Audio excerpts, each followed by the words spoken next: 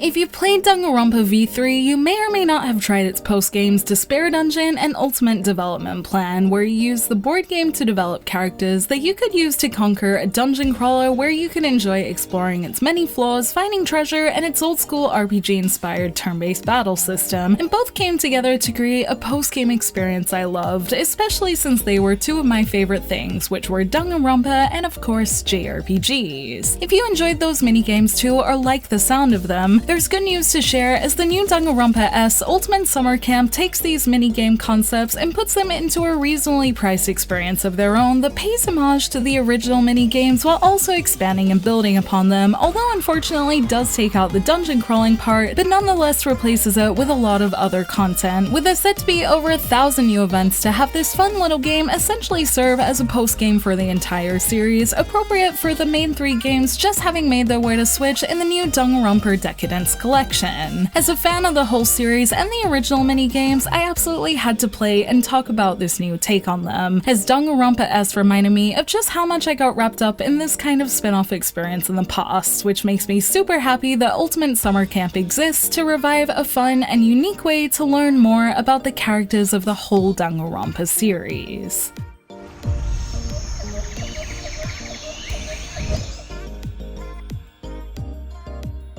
Taking a sharp left turn from the thrills, chills, and kills of the visual novel portion of the main Danganronpa games, Danganronpa S begins with an all-star cast from the series joining in on a virtual reality experience designed to help each individual improve on their talent, which results in them arriving on a somewhat familiar virtual paradise for those who remember the second game. Instead of it being a killing game though, the goal of Ultimate Summer Camp is quite different and peaceful in comparison, with the main goal being just to develop your talent as much as possible over 50 days that will net a fragment to allow everyone to get off the island. Everyone's fragment is required for the group to be able to leave though, presumably meaning if you want to see the real end of this story, you'll have to play at least once with each of its 60 characters, ranging from ones from the main three games and also others from the spin-off Ultra Despair Girls. So with its surprisingly bright premise, your time jumping around the board begins, promising a fun time of unlocking events and learning more about this big group of characters as you play. Also where Danganronpa S differs from the main Danganronpa games is with how it's played, replacing the class trials and investigations with board games and battles. And as much as Danganronpa's usual gameplay will always be where it shines, there's fun to be found in each session with this interesting board game. First you choose a character from those available, with the ones available at the beginning being basic protagonist units from each Danganronpa game. Once you've chosen, your task is to take them as far around the board as possible in 50 days that act as turns, with each turn and roll of the dice getting you closer to its goals along the way, like beating bosses to get grimoires to open up more of the island that allows you to level up more, gain treasure, and cards to influence your journey. And most of all, find those events that are probably the main reason why many fans will try this experience. The events are all well and good, albeit a little on the shorter side, and with not that much new voice acting, if at all, but nonetheless they're a bit of fun. But I was most impressed with how cohesive this spin-off felt, with the addition of more battles and training on the actual game board rather than split between this and the previous dungeon crawl and minigame, making leveling feel more like a continuous process as you can see your progress as you make your way across the board rather than just seeing stats and numbers on a screen. This actually makes the development portion feel more JRPG-like as well, as the appearance of battles feel more random since you're rolling the dice to move around, and there are a lot of random events to spice things up too, like treasure spins, mini-events, or even moments where the mono cubs decide to rob or give you money that you need for buying equipment, making the colorful experience feel full of twists in its own way to keep you on your toes, and strategically keeping certain cards like success ones to try and make each trip around the board as successful as possible. Being able to test these units after a trip around the board was also fulfilling in the new battle feature that seems to replace the old dungeon crawler, unfortunately with the removal of its map and the crawling itself in this feature. But I think Ultimate Summer Camp tries to make up for this with the size of its board and the mini dungeon-like areas that lead to the all-important grimoires, and the fact that they're inspired by many important locations from each game made for a nice touch that made all the areas feel interesting anyway. I've only been able to get up to the third island so far in my own playthroughs, but the fun, challenge, and homage to Danganronpa locations makes me excited to give this a go again with other characters I've unlocked recently, to try and see all the events and gain more mono coins so I can keep moving forward and try and do better every time I play through on this colorful and unique board game experience.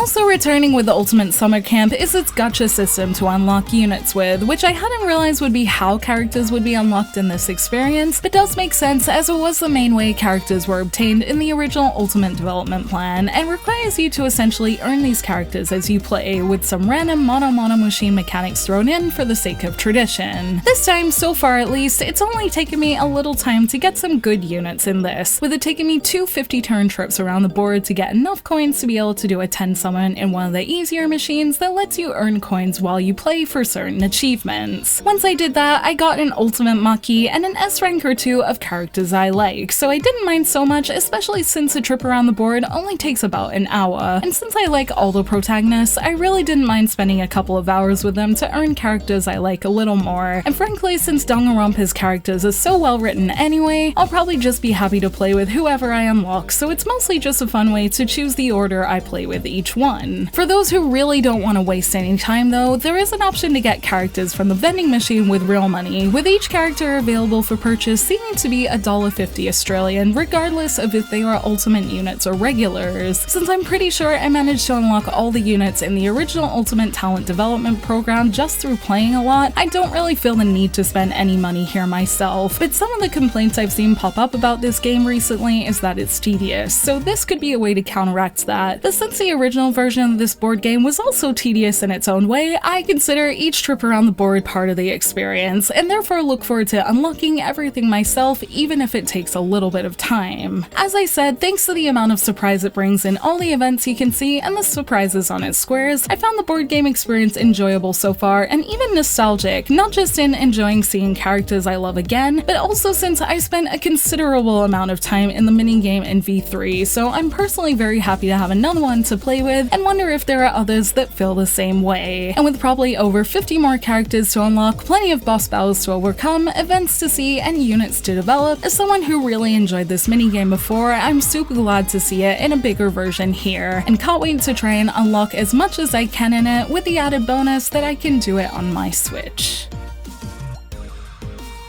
It's not a game of visual novel events, it's not completely a JRPG, but rather a board game twist on both of these things in a very Danganronpa way. And the way it's being expanded to create an even bigger version of the minigames I really enjoyed from V3 make it a spin-off I'll definitely be hoping to spend more time with. I also adored the whole Danganronpa series a few years ago, especially when it was fresh in my mind, so having a new, very affordable experience to see new events in with these characters was a treat, as there was a point in time where I would have done anything to see another game in this series, and while it's not a mainline entry, it still feels like a good present to celebrate the 10th anniversary of the series with. And if you think of it like that, while it's not going to be a huge story campaign that will wow anyone, it is nice to have a bit more fun with this great group of characters, and to see the many worlds of the series come together in this funny little board game cross-RPG experience. Of course, if you're new to Danganronpa, I'd say definitely check out the story-based games first, as this event-filled board game really is a gift for the fans of the series. But if you've played Danganronpa and are also a fan of JRPGs and weird spin-offs, at its reasonable price, this spin-off game is a fun little addition to a great series that I look forward to trying my luck in another time to see which characters I'll get to play with next. Thank you for watching this video. Let me know in the comments below if you're going to try Danganronpa S and if you've played the Danganronpa series. You can like and share this video if you enjoyed it, subscribe to my channel for more JRPG content like this, and ring that bell to get notifications on whenever I post so you don't miss a thing. You can check out more videos here, and you can find me on social media on Twitter, Facebook, and Instagram, all at JRPG Jungle. Links to those will be in the description below, and until next time, thank you, bye!